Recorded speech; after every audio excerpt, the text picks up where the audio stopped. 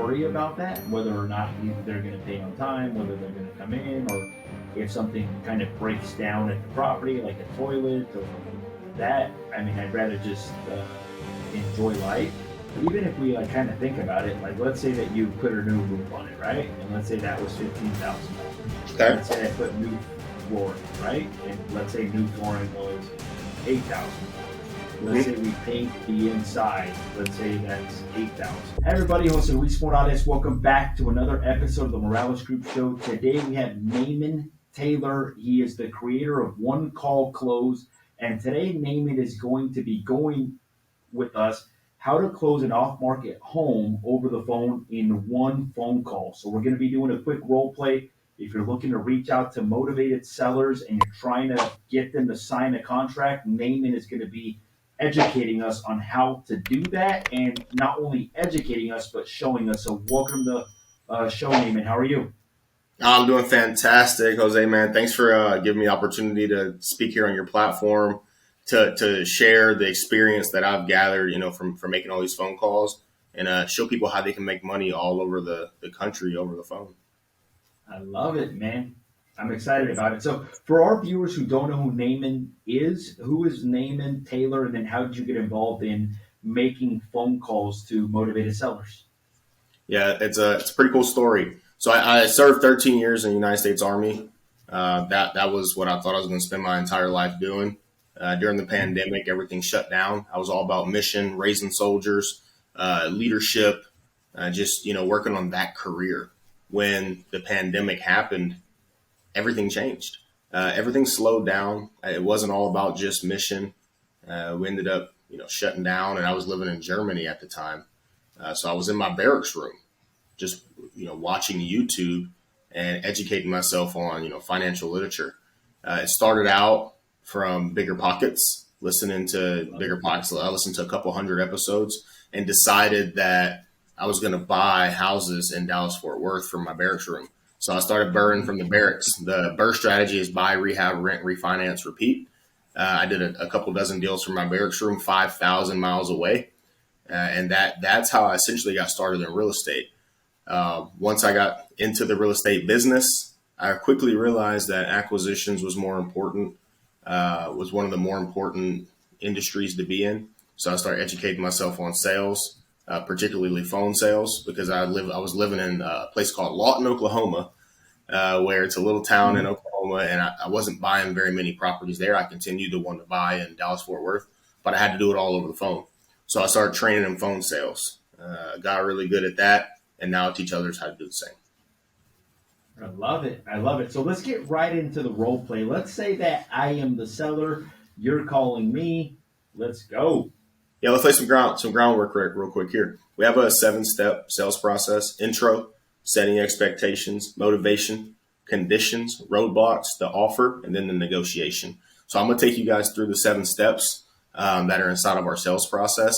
And most of my marketing and lead gen is from inbound lead sources that filled out a form, typically on Facebook, Google, or YouTube. So most of the people we talk to just filled out a form, and now I'm giving them a call from that, just so you understand where we're coming from. I love it. Let's do it. All right, ring, ring, ring. So, hello. Hey, Jose, it's Naaman Taylor. How you doing today? Good. What about you? Hey, I'm doing fantastic. Thanks so much for asking, Jose. I've been on the phone all day, and you're actually the first person to ask me back how I'm doing. So thank you so much for that.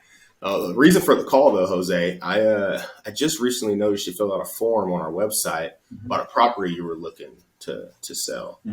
What made you fill out the form? I was kind of just curious to see what a cash offer would look like. I'm not 100% sure if I'm going to be selling it or not yet, but I just kind of wanted to see if it's real and if you guys would really pay cash for my property. Okay, great. Do you have about 5 to 10 minutes so I can ask you a few specific questions about the property? Sure, yeah, I do. And by the end of this call, Jose, I'll have a good idea on what our company's going to offer. But Okay. just to be clear, you are looking for a cash offer, right? Correct. I am looking for cash. I'm not looking to put it on the market. You're not like a real estate agent, are you? No, we're not agents. We buy off market properties. So Okay. after I get you a cash offer, I'll talk to my partners. They're going to be the ones that are going to let me know what the property qualifies for. And Jose, if it's something you want to move forward with, great. If not, it's not a big deal. I just want to make sure we give it our best shot and you know exactly what your options look like. Okay. Okay. I'm good with that. And I'm glad I was able to get a hold of you today because we're looking to buy some more properties here in Dallas Fort Worth. And if we came to a fair agreement on a price that made sense for both of us, you're definitely ready to sell it, right? Oh yeah, yeah. But it would depend a lot on the number, and then yeah, it would depend a lot on the number. Yeah. Okay, cool. And if I get you an offer approval for the property today, what would happen next, Jose? Um, when you say what would happen next, what do you mean by that? Yeah, like if we got a price that made sense and we got the offer approved, like what would you have to figure out next? I'd probably just have to run it by my wife real quick just to make sure that she's on board. But other than that, I think that would be like the only thing that would, uh, yeah, that I'd have to run by. Okay, great. Yeah, talk to the wife. I get that. So, Jose, what has you and your wife even thinking about selling right now? Well, we've owned this property for a really long time already, and just to be quite honest, we're at a stage in our life where we're just trying to simplify life. We're at a stage in our life where a couple $1,000s a month in rent isn't going to make us any richer or poorer, and we'd probably rather have the money in the bank account. At the same time, we don't want to give the property away. If you understand what I'm saying. So, um, just looking to simplify. When you say simplify life, Jose, what do you mean? Just not have to deal with any tenants, basically. So at the beginning of the month, every month the rent comes in, and it'd be nice just not to even have to worry about that, whether or not they're going to pay on time, whether they're going to come in, or if something kind of breaks down at the property, like a toilet or that. I mean, I'd rather just enjoy life. The other concern that I would have is I have owned the property for a really long time. So I would, and I don't know if you can provide me any insight, I would want to know like what the tax implications would be roughly, just because I have owned it for a really long time. So I would I don't want to get hammered in taxes either.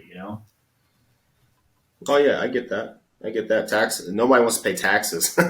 Nobody. Let's figure out a way to get you the least amount of taxes here. So, how long have you been dealing with those tenants and those tenant issues? I think they've been. Um, I wouldn't. I wouldn't say necessarily an issue, but I'd probably say I've had the same tenant for 20 years. So they've been there for a long time. Overall, they're good tenants. The property's just getting a little bit old, you know. So Yeah. When just you say more it's stuff getting as time comes by. when you say it's getting a little bit old, what do you mean there? Just I mean, it was built in the 60s. We're Mhm. 2023, so it just got some deferred maintenance stuff that has just accumulated over the years. Okay. And the deferred maintenance is kind of a big deal or a little deal. Mm, I mean, it's not falling apart, but I mean, there's stuff that comes up with the plumbing and the roof occasionally. Stuff that comes up. Yeah, correct. Can you elaborate just a little bit there for me? You said stuff that comes up with the Yes. roof and plumbing. Yeah. So like, we've had a couple plumbing leaks in the past. So we had a leak happen maybe like a month or so ago. That yeah, we had to call a plumber in the middle of the night, so it wasn't pleasant. Yeah. Let's pause there so I can break down what just happened. Okay. This is a great thing. We can role play it all the way through. We can break down exactly what happened. I think it's more But valuable yeah, for me to break stuff down. let's break it down, and then we can continue going Yep. down the call. Very Go good. into it. So in the beginning of the call, I said, hey Jose, it's Naaman. How you doing today? All right, hey, I'm doing good. How are you doing? 75 to 85% of the people are going to ask you that question back because most people are just good people. It gives you an opportunity right there to build a little rapport. I get to see you while we do this interview thing. So I saw you Yeah, smile a little bit. I made you feel good over the phone, right? You started to yeah, like me a little bit more. I follow the same 4-step pattern throughout the entire process. If they like you, They will listen to you. If they listen to you, they will believe you. If they believe you, they'll sell you their house. They will sell you their house. So consistently, I'm trying to find ways to make you like me. Now, I made you like me because it made you feel good in the first 20 seconds we were on the phone call. I've already started this process, right? I already know that I make people smile through the phone consistently. And if they like me, now they'll start to listen to me, right? And so once I got you liking and listening to me, start telling you during the setting expectations part, hey, we're going to come up with a cash offer. That's what you're looking for. You got 5 to 10 minutes. We let you know what all your options look like. I'm starting to qualify the lead. I asked a couple questions in there. You're definitely looking for a cash offer. You're definitely ready to sell. What would happen next? I'm qualifying my lead during the setting expectations part to make sure this is someone I want to talk to and spend the next 45 minutes to hour and a half with. All right, so that's the first 2 parts of the script there. Second thing is I like to transition with questions. So whenever I asked you, what would happen next, you started talking a little bit about why you're selling, just a little bit. So I like to sandwich things. My third part of the script is motivation. What has you thinking about selling right now? You start telling me about, the tenant. Right now we're starting to go into the discovery part of the phone call. All right, I've started my introduction. I've got you to like me. You started listening to me. Okay, you start telling me more now what I need to qualify you a little bit more. And now you're telling me why you're selling the property. Then we segued into the conditions by asking questions. So anybody that's listening to this, write this down. Ask great questions, get great answers. I started asking questions and very seamlessly. Do you see how you started going through the first 4 parts of my script? Intro, setting expectation, motivation, and now I got you in conditions. You start telling me about, the plumbing and the foundation, right? You very seamlessly, you went through the first 4 parts of my script without me even really trying that hard, because it's the same process that we do over and over and over again to get you to go through these 7 steps. And I had you on part 4 already, but I wanted to stop there because I wanted people to understand why we're doing what we're doing and how it's happening. Because if I get you all the way through the process, it means I've done my job. And people understand this, everybody. They came to sell. They will sell if you do your job. So I've done my job and got you through the first 4 parts of the script, which is the easy part, but understanding how to ask these questions. So let me throw you a couple different scenarios since we're in the intro, the setting Sure. expectation, motivation, and conditions. So at the very beginning, when you said, do you have 5 to 10 minutes? What if I would have said, I don't have 5 to 10 minutes? What would your response been? Yeah, and that's okay, Jose. It really only takes a minute or 2. I just need a few more minutes of your time or just ask a couple questions. And I segue with my next question. Okay. Because Which is listen, basic. they just filled out a form. They know it takes a while to sell a house, but it's their job to get off the phone. It's their job to speed up the phone call. It's my job to slow it down, and it's my job to overcome the objection and continue down the path. So I say the script is like Google Maps, right? Whenever you make a wrong turn, what happens in Google Maps? It redirects you, right? So when someone says something like, hey, I don't have any time, I just have to redirect them. That's okay. I actually only need a minute or 2. And then I ask another question. So what about this? What if they say, well, why are you asking me all these questions? Yeah, I like to tell a little story. I say, Jose, the reason I'm asking all these questions, do you have a car, Jose? I do, yeah. Is it in the driveway? In the garage. Oh, you got a garage. Nice, man. What kind of car you got? See, it made you smile It's again, right? I keep you liking me the whole time. What kind of car you got? it's a 67 Camaro. Dude, that's a beautiful car.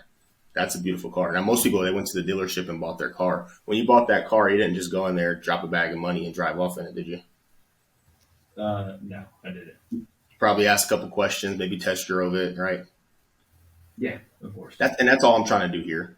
I'm just trying to get a little bit of information from you about the house, understand the whole story here, so I can get you a good cash offer. It's okay if I do that for you? Yeah, but why does it matter to know why I'm selling? Why does that how does that play a role in the? I mean, shouldn't you just make me an offer? How does that play into an effect? I just don't understand that part. Yeah, and that's a good question. I'm so glad you asked it. Not enough people do. Sometimes we buy houses where we don't get the whole story. There'll be tenants that are living in there that don't want to leave. There's stuff like that we need to know. So we just got to take our time, ask a couple questions to make sure that this is the right fit, not just for you, but for us. So is it okay if I ask you a couple more questions just to make sure we're a good fit for each other? Yeah, yeah, yeah. Great. And then What if you I just say, keep control though. I keep control and I ask questions that are easy to say yes to. yeah. So what if they cut you off and be like, well, look, can't you just make me an offer? And like, how much do you, or how much do you think my house is worth? What if they ask you like that, like halfway Great. through the question? I have a whole other like approach that we take on that. I'll say, okay, Jose, well, how much do you want for it? Well, I was kind of hoping that I wouldn't tell you that. I was kind of wanting to see what you would offer me. That way, I know what your company would be willing to pay, basically. Sure. So you fill out a form and you had no idea what you wanted for the house. No, I know what I want from it. I just think that if I What is share that? that number with you, well, I wanted to hear what you had to say about that. Like, I wanted to hear what you had to say about the price, because obviously I can tell you what I want, but if I Mhm. tell you what I want, like, what if that number is too low, or what if that number is too high? I'd rather just like you tell me what you guys would be willing to offer, and then I can tell you whether or not that would be like a good number for me. Sure. So what I would do at this point is continue down the process, right? Because he's now put me off, and then ask him again in a different way later, right? Got But it. the main thing is we ask the same question 4 or 5 different ways, and eventually they tell you. What would be a different way that you would ask how much you want for the home? So I'd go through, collect more information, and when we get down to part 5, roadblocks, inside of my script, there's a part that says what's a fair price for the property based on all the information that you've given me about, the AC, the roof that we talked about that having the issues. What do you think is a fair price for it? Most people are not conditioned to continue to fight off me asking how much you want for the house 5, 6 times over a 45-minute period. They're not conditioned for it. Every now and then you'll get that guy that's just he's stonewalling you. But remember, we train for the majority of people, not the minority, right? So most Yeah. people, if you ask them 3 times what they want, what they think is a fair price, how much it's worth, they'll tell you. Yeah, and I agree with you in regards to asking the different question in a different way. Sometimes their brain won't even recognize that it's the same exact question. It's just being asked in a different way, so it'll almost just like bypass that as well too. What other objections would you say in the first four parts of your process would you get that maybe I didn't ask? Like, what are Yeah. some of the other things that would come up? Yeah, most of the time people just say, "What's your offer? What's your offer? What's your offer?" Right, and that's when I hit you with a couple of those, Okay. right? That overcome. One of my favorite ones is I need to talk to my wife, right? What we do is we build relationships because relationships kill objections, right? So if I'm doing my 4 step pattern and you like me, you're going to give me way less objections. But at the end of the day, after I give you an offer, you're still going to say, "Hey, we're looking at him. I need to talk to my wife." Are you married, Jose? Yeah, I am. Yeah, You are. Okay. So when's the last time you and what's your wife's name? Mariela. One more time. Mariela. Mariela. Okay. So Jose, when you and Mariela sat down last time and talked about selling the house, how'd that conversation go? A part of her doesn't want to sell it, but I'm the one kind of pushing for it because she's kind of having some health issues, and I want to make sure to um, just to kind of take care of her. She's got more of an emotional attachment than I do to the house. Yeah. Yeah. But you guys need to sell it to pay for those medical bills, right? Not to pay for the medical bills, more for like the simplicity of life, meaning that we're just both at a stage in our life where we want simplicity, especially with health problems. You know, we have other things that are more important than collecting $2,000 a month in rent, basically. So it's Okay. not to pay for it; it's just to simplify life, basically. Yeah. No. Hey, I can completely understand how a simple life can make sense for you. So when you and Mariela sat down last time and you guys talked about selling the house, exactly what did she say? Right. So She I'll ask said, more yeah, questions to get exactly what yeah, the wife said out. Right. So then we can help him overcome those objections in his own mind. Right. yeah. And then when we present the numbers and the offer, right, a lot of times it goes 2 different ways. We talk about it beforehand or we talk about it once we give them the offer. So we give them the offer. I need to talk to my wife. Hey, typically when someone says they need to talk to their wife, Jose, it means one of 2 things. One, they just don't want to sell the property anymore. But I know that's not the case with you and Mariela because you want a simple life. You don't want to just keep collecting $2,000. You guys want to sell the house. The other reason is it means there's something wrong with the deal. So is it the price? Is it the closing timeline? Is it something that I said, or is it something else? Because what will happen there is now I've given them options they have to pick from, and I've told them how to think. So now they pick something, which is the real objection. The real objection isn't I need to talk to my wife. I need to get off the phone with you because you're about to close me. Right? So when I do that, it pushes the wife off and gives them the options of what's actually wrong. Sometimes they do need to talk to their wife, but typically it's a smokescreen for something else. Well, I'll tell you what's really wrong, Naaman, is that I see what you're offering me. You're offering me 200,000 for the property, but I'm checking out Zillow, and Zillow says it's worth like 395. So like I knew it would be a little bit of a discount, for a cash offer, but I mean that's like almost half price right there. Yeah, I mean, how far off are we? I mean, it's half off almost. Like I thought that we would be at a discount of maybe like $50,000, like versus 395, maybe like Yeah. 350 or something like that, But I didn't think like 200,000, No, I completely understand. And that's just all they've approved me to give you an offer on right now. But my job here is to get you as much money as possible. I told you that in the beginning. We want to get people as much money as possible because most of our business comes from referrals. So if I can get you as much money as possible, you're going to let your friends know, hey, Naaman does really good business, and you're going to let us sell their houses too. So I know you said $50,000 off. Is that price negotiable at all? Yeah, maybe like $5,000 or $10,000, but I don't like so from 350, maybe like my bottom line would probably be like 340. I'd probably say, Yeah, but I think see that how one line just lowered $10,000 though? Like yeah, that happens all the time. And typically our price points, right, when we explain these offers, we're not usually at 200,000. We're a little bit more competitive on pricing. Uh, but you see how just those one little lines can get stuff to come down 10 grand. Sometimes that's all you need to get a deal done. Sometimes that's your fee is that 10 grand, right? So now yeah, if you sold me 240 or 340 on a $400,000 house, now I'll just say, hey, Jose, you got a calculator? I do. Mind if I just kind of explain to you how our offer works? Sure.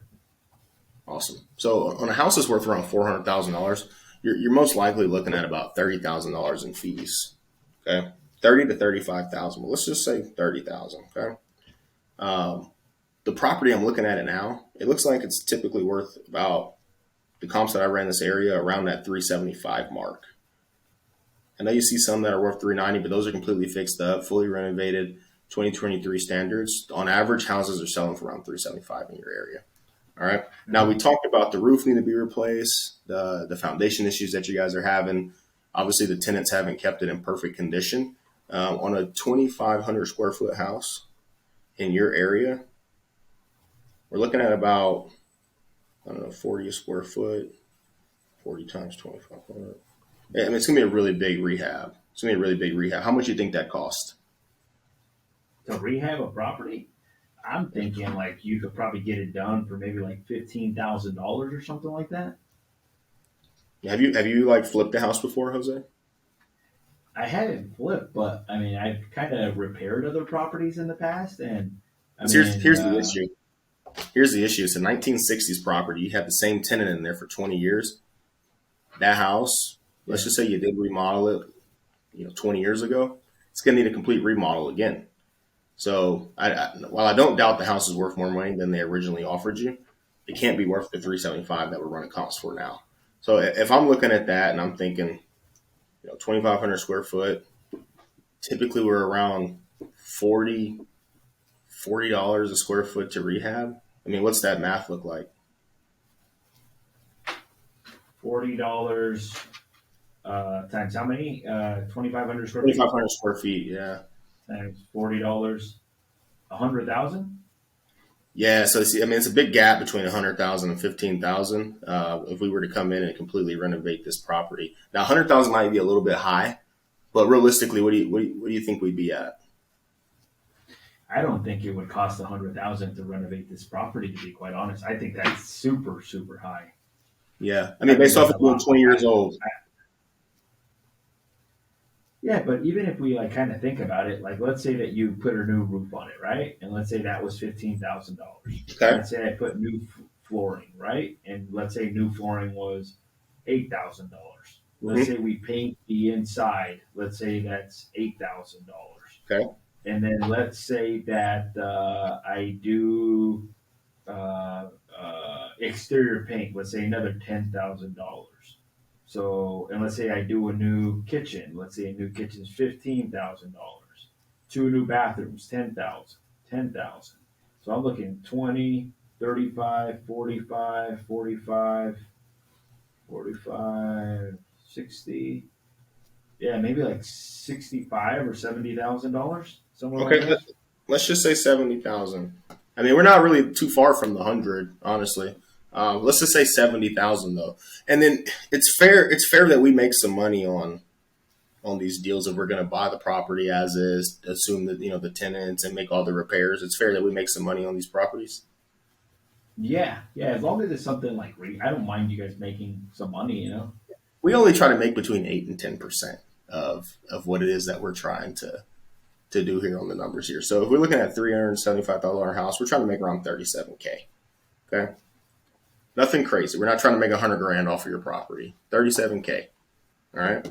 So I mean, if we come in, we look at a $375,000 ARV, 70K rehab, 30 in closing costs, 137 total. What's 375 minus 137? 375 minus 137. 375 minus 137. 238. Yeah. So you see why? Like now you kind of understand why we're in the low twos on the property here. And if I can go back there and get something like 238 approved, would you be ready to sign today? That's exactly what happens right there, right? You have something to think about, and I took time to educate you instead of just lowball you and hope you say yes. Because 240 is a great number on this property. And I took my time to help you understand why we're at 240. And these were your numbers too. 8%, that 30K was your closing costs. 70K was your numbers that you gave me for the rehab. And the 37,000, you agreed it's fair I make some money. All I did was tell you how much. So now I broke it down to you, explain why we are where we are.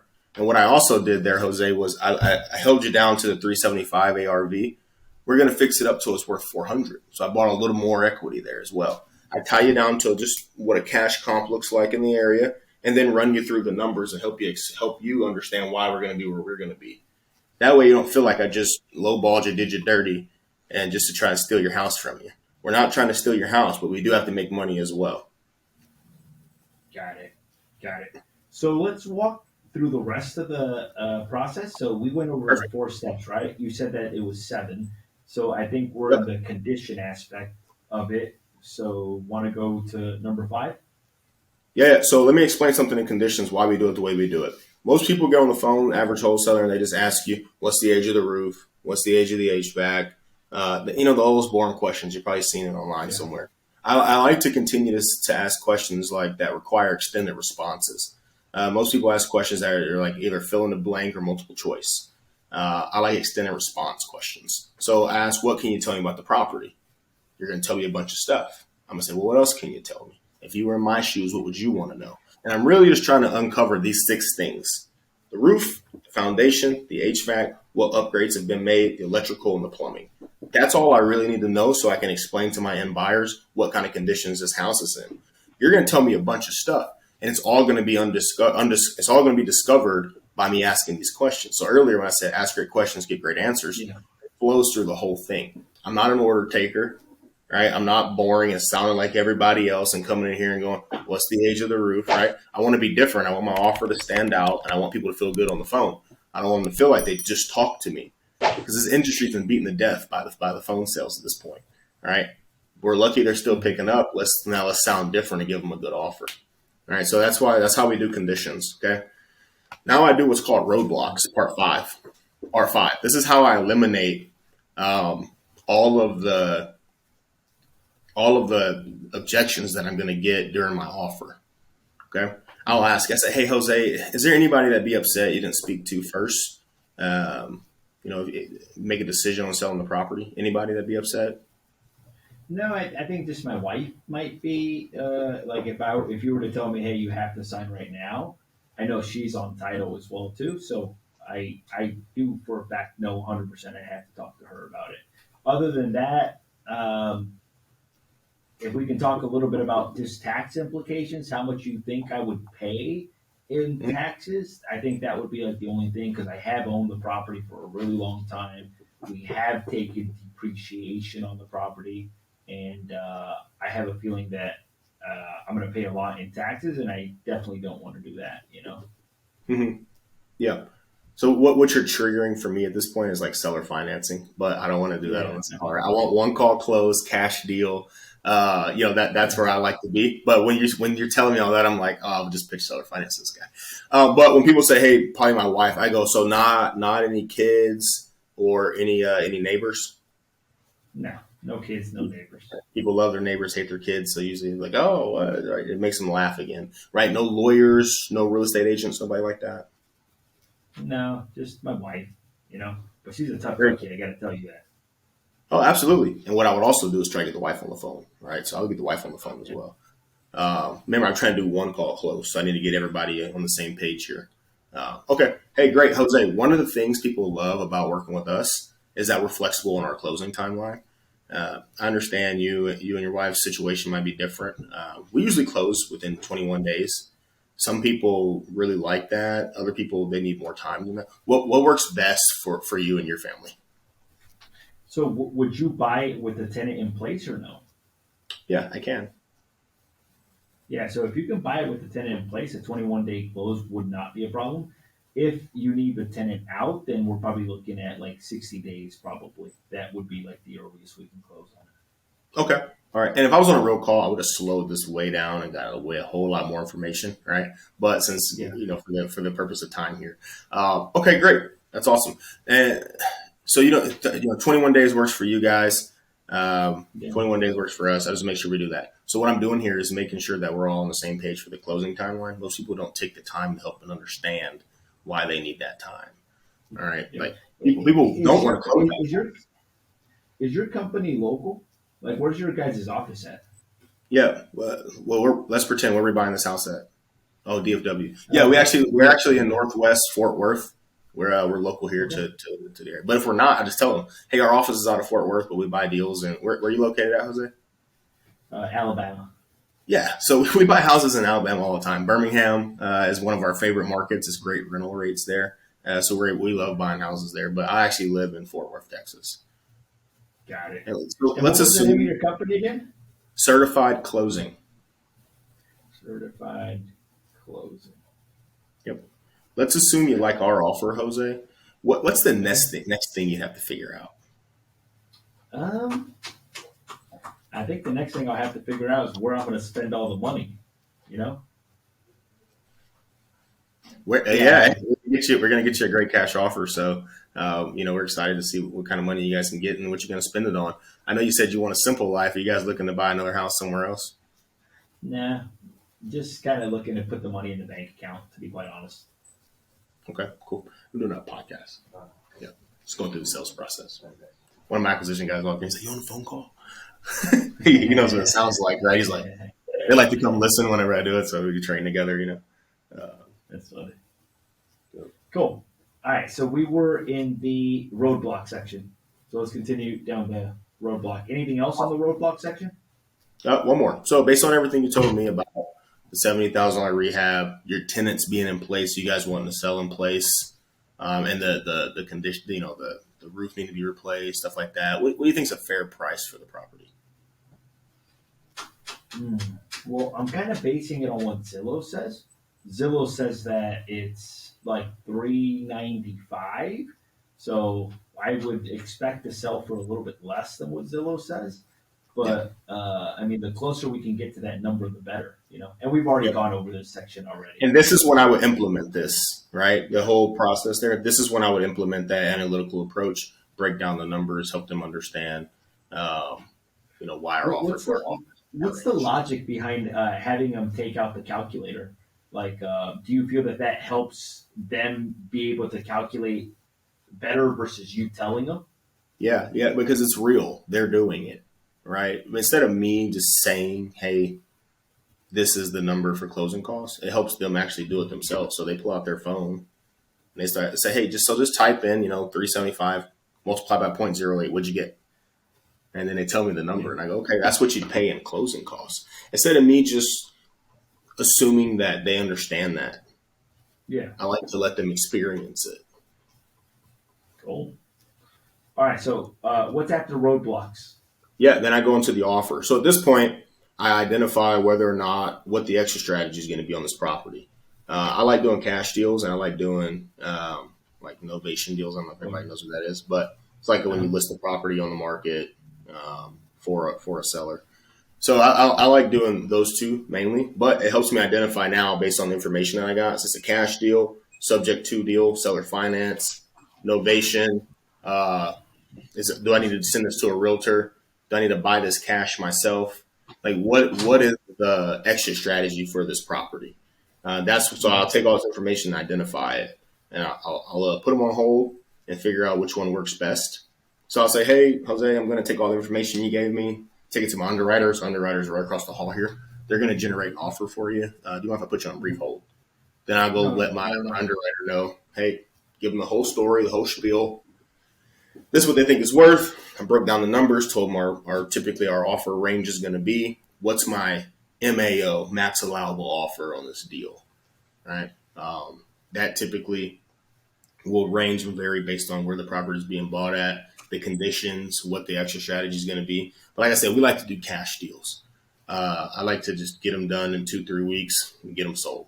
So, we're offering anywhere from 40 to 70%, depending on conditions, 40 to 70% loan to value, like ARV, depending on the conditions, and then locking them up there and, putting the fee on top.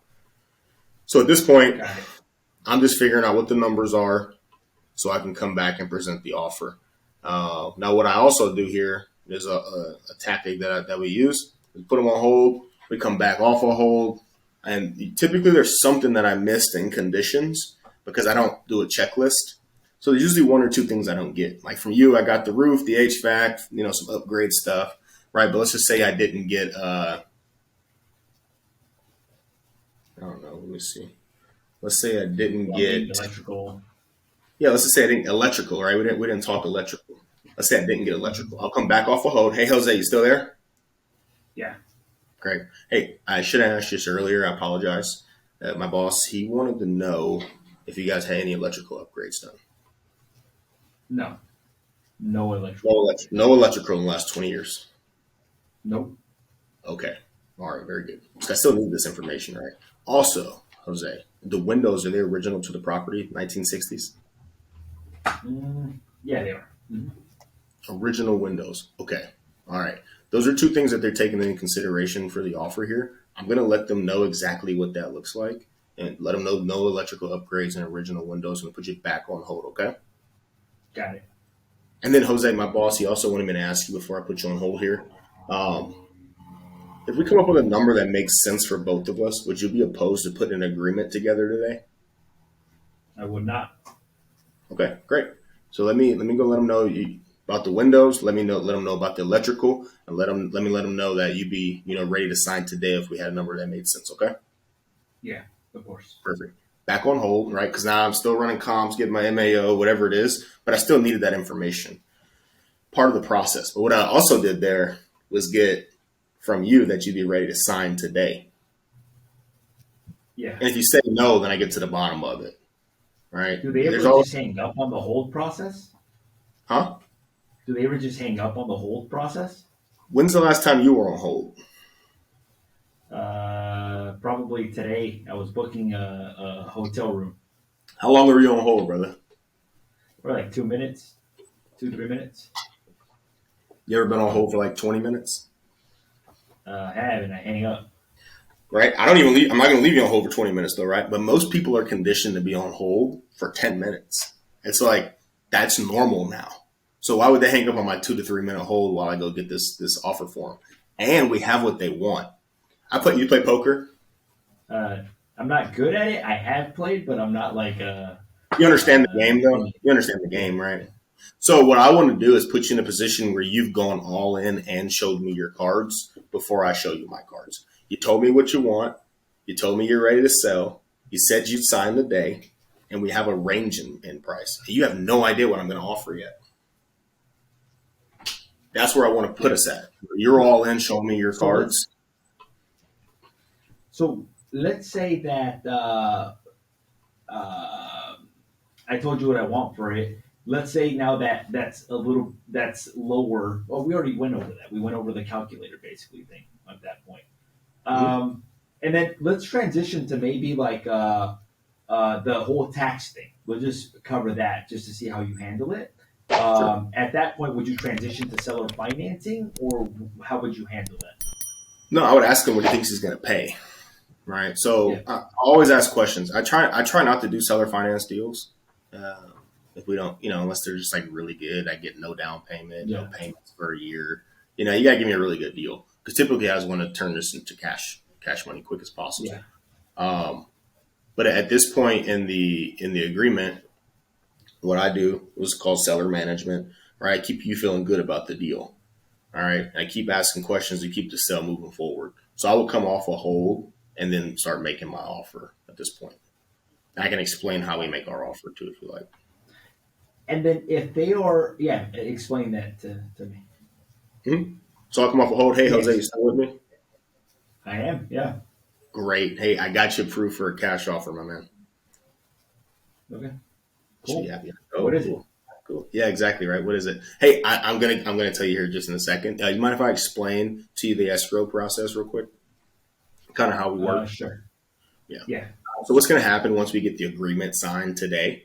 We're going to send it over to the title company. They're going to do what's called a title search, make sure there's no taxes, liens, judgments, mortgage payoff, anything like that. I know there's not going to be any issues with you and your property on this one, so I wouldn't too much worry about that there. But my boss wanted to ask me, did you want to go in person to sign, or did you want a mobile notary sent to your house? Which one works better for you? Well, I think we're jumping the gun. Just tell me the number, and then I'll tell you what I would want, basically. Yeah, more than happy to get you that number. I just got a couple more questions I got to ask you just to make sure we're on the same page. So which one works better for you, the in-person or the mobile notary? Well, the in-person does, but I just want to make sure that I'm good with the number. Yeah.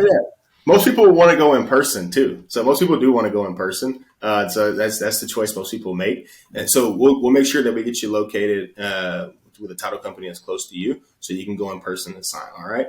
And we got you guys approved for $238,000 net to you. And Jose, my boss, he also wanted me to ask you if when you went in person to sign, did you want to get a check or did you want a wire sent to a specific account? Which one works better for you and Mariella? Probably the check. The check? Okay. Some people pick the wire. Some people pick the check, so no worries there. I just sent over the agreement. You're in front of your email for me? I am, yeah. Go ahead and open that up for me.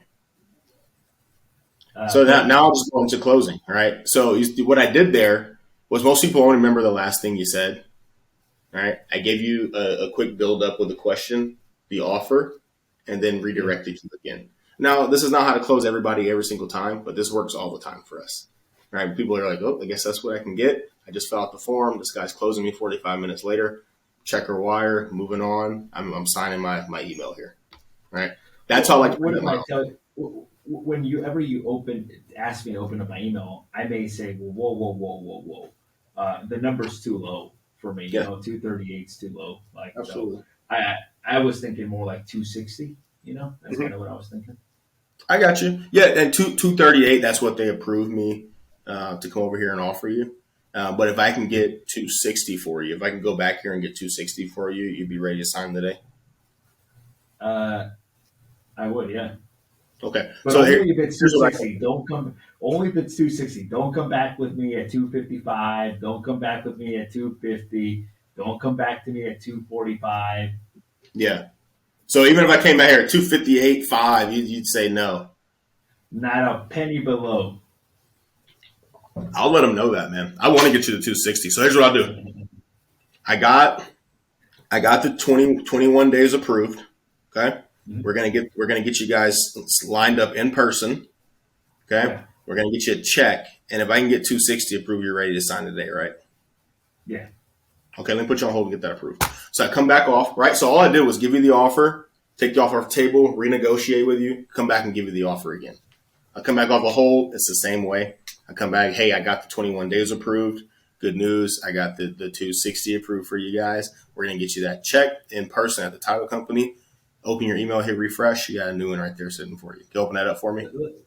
Let me ask you a question. Are you actually going back to somebody, or are you kind of doing this yourself? No, my underwriter's right here, right? So sometimes I don't need to do that, but I also make sure he gave me a range, right? He said, lock this up from 200 to 260, all right? Like 260 might be the most I can pay, right? But he already gave me my range.